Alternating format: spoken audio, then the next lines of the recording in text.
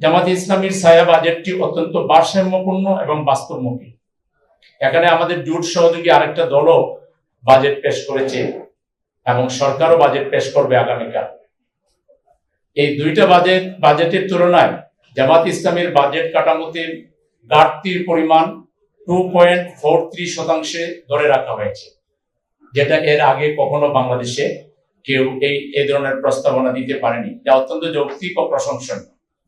ঘাটতি অর্থায়নে আভ্যন্তরীণ ব্যাংক খাতের উপর অত্যধিক নির্ভরতা কমানোর ফলে বেসরকারি খাতের উদ্যোক্তারা পর্যাপ্ত ঋণ সুবিধা পাবেন, যা পরোক্ষভাবে দীর্ঘমেয়াদী বিনিয়োগ ত্বরান্বিত করবে এবং মূল্যস্ফীতির চাপ প্রশমিত করবে। জামাত যেসব মৌলিক সংস্কারগুলো এখানে পেশ করেছে, আমি তার কিছুটা আবার সামারাইজ করতেছি। সংস্কারমূলক প্রস্তাবনা সমূহ এবং প্রচলিত অর্থনৈতিক কাঠামোর আমূল পরিবর্তন। প্রথাগত বাজেটগুলোর মূল সীমাবদ্ধতা হলো সেগুলো রাজস্ব আহরণ পদ্ধতি এবং বাস্তবায়ন প্রক্রিয়া মধ্যযুগীয় আমলাতান্ত্রিক জটলায় বন্দী। জামাত ইসলামী তাদের ছায়া বাজেটে এই দুষ্ট চক্র ভাঙতে কয়েকটি বৈপ্লবিক সংস্কারের প্রস্তাব উত্থাপন করেছে। আমি মূলত জামাতের বাজেটের বিশেষ দিকগুলো আপনাদের সামনে বলছি। অর্থ বছরের রূপান্তর জুলাই জুন থেকে জানুয়ারি ডিসেম্বর, এটা একটা ইউনিক প্রস্তাব জামাতের পক্ষ থেকে, এর আগে কেউ এটা দেননি। বাজেট বাস্তবায়নের সবচেয়ে বড় অবকাঠামোগত ও প্রশাসনিক প্রতিবন্ধকতা হলো দেশের প্রচলিত জুলাই জুন অর্থ বছর।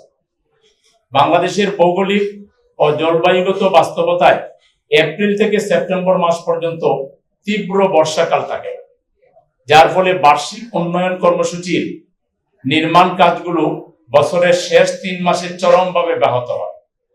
সরকারি সংস্থাগুলো অর্থ বছরের শেষ দিকে অর্থাৎ মে ও জুন মাসে তড়িঘড়ি করে বাজেট শেষ করার অপচেষ্টায় লিপ্ত হয়, যা লুণ্ঠন, দুর্নীতি এবং নিম্নমানের অবকাঠামো সৃষ্টির পথ উন্মুক্ত করে।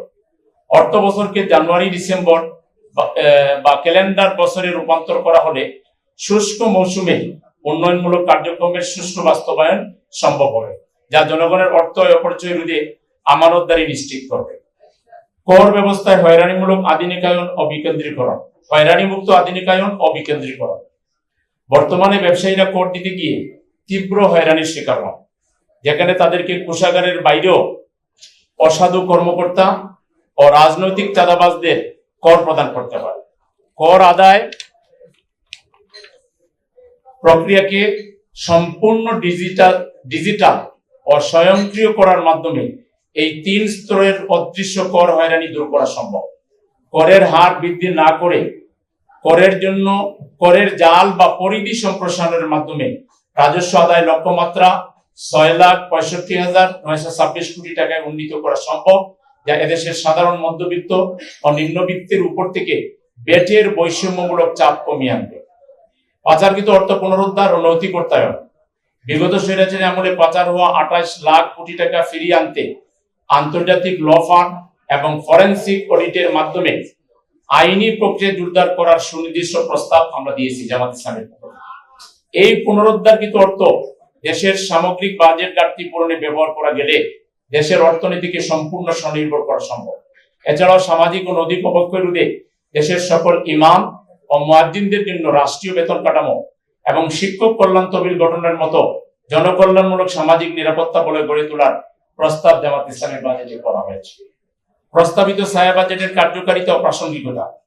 পরনির্ভরশীল ও গতানুগতিক সরকারি বাজেটের বিপরীতে জামাত ইসলামীর এই ছায়া বাজেট এক নতুন অর্থনৈতিক দিগন্ত উন্মোচন করে, যেখানে সরকারের নীতিমূলক প্রত্যক্ষ কর এড়িয়ে সাধারণ মানুষের পকেট থেকে ব্যাটের মাধ্যমে অর্থ আদায় করা, সেখানে এই বিকল্প প্রস্তাবনা কর ফাঁকি রোধ এবং প্রাতিষ্ঠানিক জবাবদিহিতার উপর গুরুত্ব আরোপ করে। কথাটা আমি আবারও পড়ছি, যেখানে সরকারের নীতি হলো মূলত প্রত্যক্ষ কর এড়িয়ে সাধারণ মানুষের পকেট থেকে ব্যাটের মাধ্যমে অর্থ আদায় করা, সেখানে এই বিকল্প প্রস্তাবনা কর ফাঁকি রোধ এবং প্রাতিষ্ঠানিক জবাবদিহিতার উপর গুরুত্ব আরোপ করে। ঘাটতি অর্থায়নে বিদেশের উপর নির্ভরতা হ্রাস এবং দেশের ভেতরে অলস পুঁজি ও পাচারকৃত অর্থ পুনরুদ্ধারের দর্শনটি একে দেশের ইতিহাসের সবচেয়ে বাস্তবসম্মত ও টেকসই বাজেটে পরিণত করেছে। অর্থনৈতিক পুনরুদ্ধার, সুশাসন প্রতিষ্ঠা ও বৈষম্যহীন জনকল্যাণমূলক রাষ্ট্র বিনির্মাণে 2026-27 অর্থ বছরের ঐতিহাসিক জামাত ঘোষিত ছায়া বাজেটই দেশের মুক্তির একমাত্র রূপরেখা হতে পারে।